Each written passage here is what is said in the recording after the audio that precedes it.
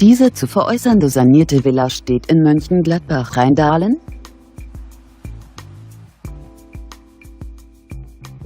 Das 1998 erbaute Ein-Etagenhaus wurde 2008 saniert. Für Wärme sorgt eine Zentralheizung. Das Haus verfügt über 4 Außenparkplätze. Es hat 4 Schlafzimmer, 4 Badezimmer und einen Keller. Das Gebäude ist luxuriös ausgestattet.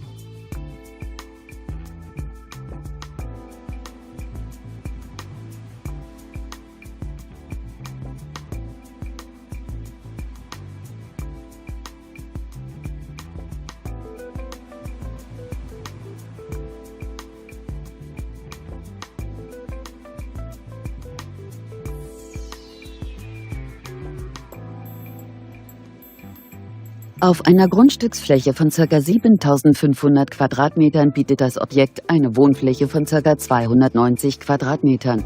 Das Gebäude steht für 850.000 € zum Verkauf. Wir stehen Ihnen gerne für weitere Fragen zur Verfügung.